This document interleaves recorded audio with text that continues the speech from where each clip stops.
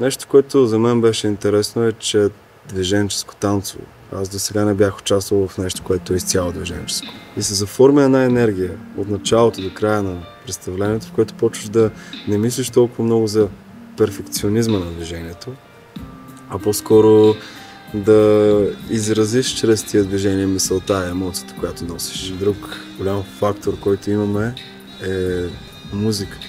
Това ти дава един вътрешен темпоритъм, който задвижи ли те веднъж, те носи през цялото представление. Често като актьор това представление много ми харесва. Ей така, за един дъх минава цялото представление. Бих искал да поощря по-скоро все повече хора да хващат само инициативата да изразяват себе си по този начин. Мисля, че това много помага за един човек да изкаже нещо, което стои като проблем в него. И по този начин може да помогне и на много други хора.